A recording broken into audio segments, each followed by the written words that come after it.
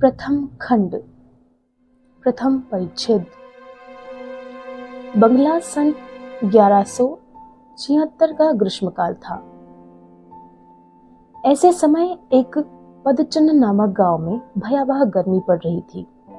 गांव में काफी तादाद में घर थे, मगर कोई आदमी नजर नहीं आ रहा था।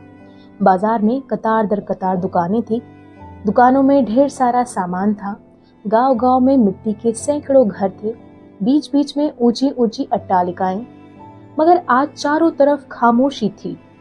बाजारों में दुकानें बंद थी, दुकानदार कहाँ भाग गए थे इसका कोई ठिकाना नहीं था। आज हाट लगने का दिन था, मगर हाट में एक भी दुकान नहीं लगी थी।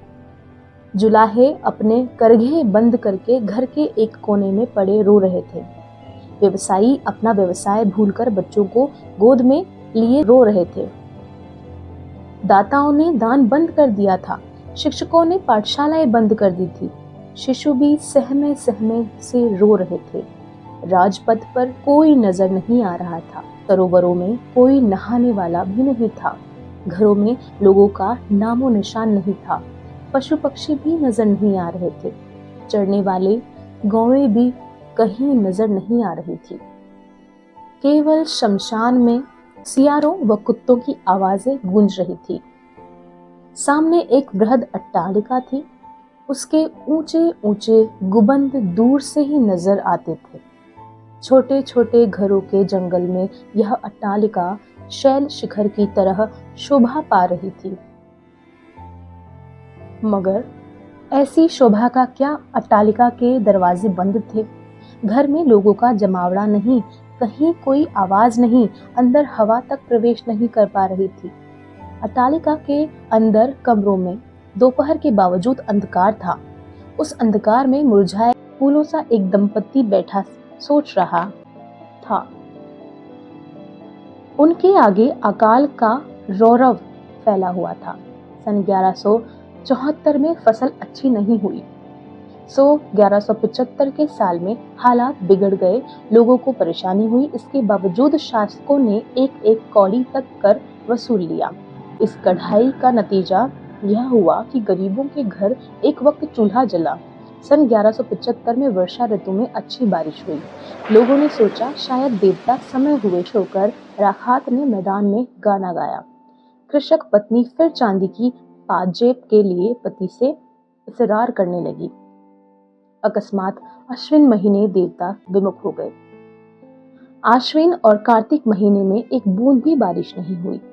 खेतों में धान सूखकर एकदम खड़ी हो गई। जिनके थोड़ा बहुत धान हुआ, उसे राजकर्मियों ने अपने सिपाहियों के लिए खरीद कर रख दिया। लोगों को खाने को नहीं मिला। पहले एक शाम उपवास किया, फिर एक बेला अधपेट खाने लगे। इसके बाद 2 शामों का उपवास शुरू किया। चैत्र में जो थोड़ी फसल हुई, उससे किसी के मुख में पूरा ग्रास भी नहीं पहुंचा। मगर कर वसूल करने वाला करता धरता मोहम्मद रजा खां कुछ और सोचता था। उसका विचार था, यही मौका है कि कुछ कर दिखाने का। उसने एकदम से 10% कर सब पर थोक दिया। सारे बंगाल में रोने चीखने का कोलाहल मच गया। लोगों ने पहले भीख मांगना शुरू किया, पर भीख उन्हें कब तक मिलती? उपवास करने के अलावा कोई चारा नहीं रहा। इससे यह हुआ कि वे रोगांक्रांत होने लगे। फिर लोगों ने गौवें बेची, बैल हल बेचे, धान का बीज तक खा लिया, घर द्वार बेच दिया, खेती बाड़ी बेची। इसके बाद कुछ न कुछ बचा तो लड़कियां बेचना शुरू कर दिया। फिर लड़के, फिर पत्नियां। अब लड़कियां, लड़के और पत्नियां, खरीदने वाला भी कोई नहीं बचा। खरीदार रहे नहीं, सभी बेचने वाले थे। खाने की चीजों का अभाव ऐसा दारुण था कि लोग पेड़ के पत्ते खाने लगे, घास खाने लगे, टहनियां और डालियां खाने लगे। जंगली व छोटे लोग कुत्ते, बिल्ली, चूहे खाने लगे। कई लोग भाग गए। जो भागे वे भी विदेश में जाकर भूखे मर गए। जो नहीं भागे वे अघातय खाकर या अनाहार रहकर रोग में पड़कर मारे गए। रोग को भी मौका मिल गया। जहां देखो वहीं बुखार, हैजा, क्षय और चेचक। इनमें भी चेचक का प्रकोप ज्यादा ही फैल गया था। घर घर में लोग चेचक से मर रहे थे। कौन किसे जला दे या कौन किसे छुए। न कोई किसी की दवा दारू कर पाता, न कोई किसी की देखभाल कर पाता, और मरने पर न कोई किसी का शव उठा पाता। अच्छे अच्छे मकान भी बदबू से ओत-प्रोत हो गए।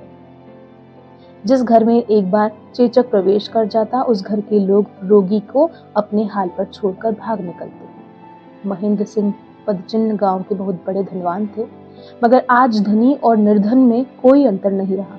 ऐसी दुखद स्थिति में व्याधिग्रस्त होकर उनके समस्त आत्मिक स्वजन दास दासी और बारी बारी से चले गए। कोई मर गया था तो कोई भाग गया था। उस भरे पूरे परिवार में अब बचे रहे थे वे स्वयं, उनकी पत्नी और एक शिशु कन्या। उन्हीं की कथा सुना रहा हूँ। उनकी पत्नी कल्याणी चिंता त्याग कर गौशाला गई और खुद ही गाय दूध दूहने लगी। फिर दूध गर्म करके बच्ची को पिलाया। इसके बाद गाय को पानी सानी देने गई। वापस लौट कर आई तो महेंद्र ने पूछा, इस तरह कितने दिन चलेगा? कल्याणी बोली, ज्यादा दिन तो नहीं, जितने दिन मैं चला सकी चलाऊंगी। इसके बाद तुम बच्ची को लेकर शहर चले जाना। अगर शहर जाना ही है तो तुम्हें इतना दुख क्यों सहन करने दूं? चलो ना, इसी समय चलते हैं। दोनों में इस विषय पर खूब तर्क वितर्क होने लगा। कल्याणी ने पूछा, शहर जाकर क्या कोई विशेष उपहार होगा?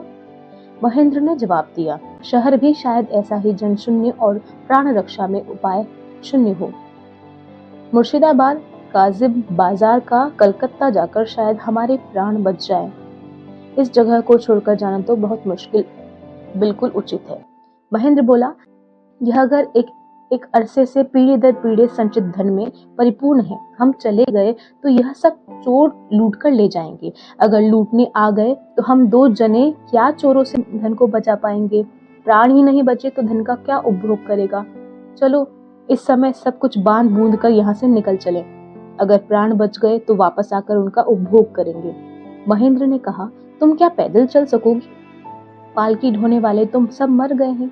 बैल हैं तो गाड़ी वाला नहीं, गाड़ीवान है तो बैल नहीं। मैं पैदल चल सकती हूँ, तुम चिंता मत करो। कल्याणी ने मन ही मन में तय किया कि भले ही मैं रास्ते में मारी जाऊं, फिर भी मैं ये दोनों तो बचे रहेंगे। अगले दिन सुबह दोनों ने कुछ रुपए पैसे गांठ में बांध लिए, घर के दरवाजे पर ताला लगा दिया, गाय बैल खुले छोड़ दिए और फिर बच्ची को गोद में उठाकर राजधानी की ओर सफर करना शुरू कर दिया।